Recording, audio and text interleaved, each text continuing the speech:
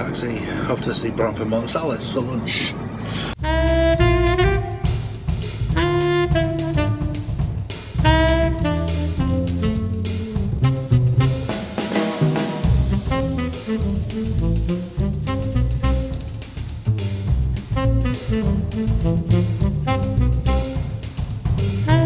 Quite an amazing day, which I haven't had much chance to vlog really. Had a lunch with Branford Marsalis today, who's my mentor, and he's just so generous and so amazing, and I hope I grow into being half the musician and teacher that he has been.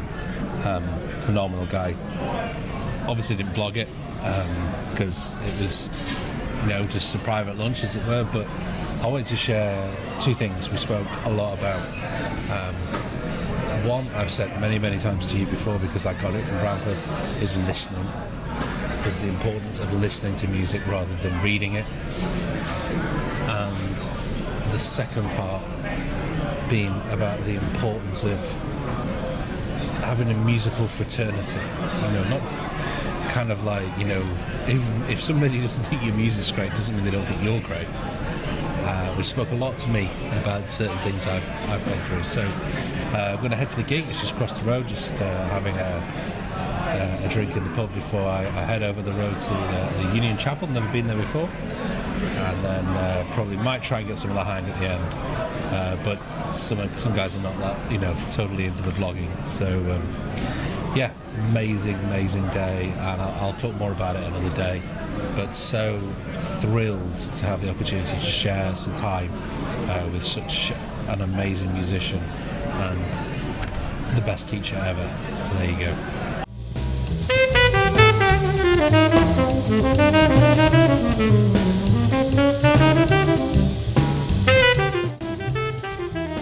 Hi, I've really been bad at getting this vlog up to date over the last 48 hours, but I never promised to do a daily vlog. I'm not that organised.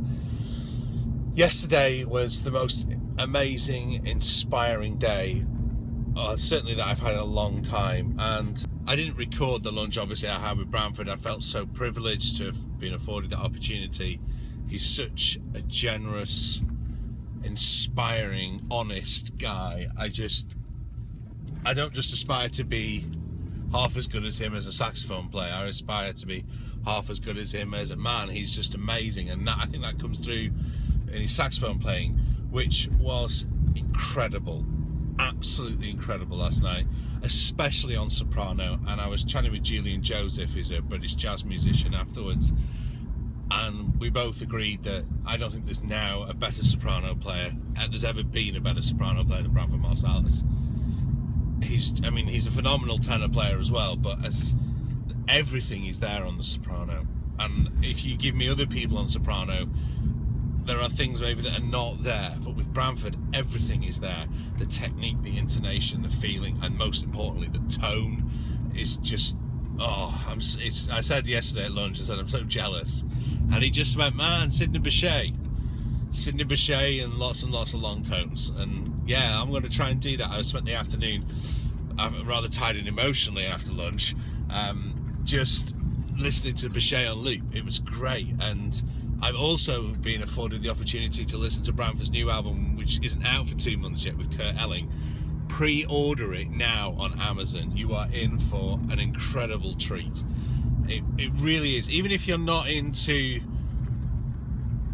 kind of some of Branford's more heavy going stuff, this is a very accessible yet great jazz album. It's up there, in my opinion, with his Eternal album, which was his ballads album, which I still think is probably his best. But yeah, make sure you pre-order it on Amazon. I'll put a link below the video. As for to take away, I mentioned it on the Cambridge Saxophone Facebook page yesterday afternoon. It's about listening. It's kind of hammering home everything I've said before. He was telling me a story about getting some of the youngsters at one of the, I think it was at North Carolina State, to play Coco by Charlie Parker. And it got the kids together and said, right, they were like, where's the music? And he's like, no, here's the music. We're having a meeting. Here's the recording. I want you to go away and listen to this.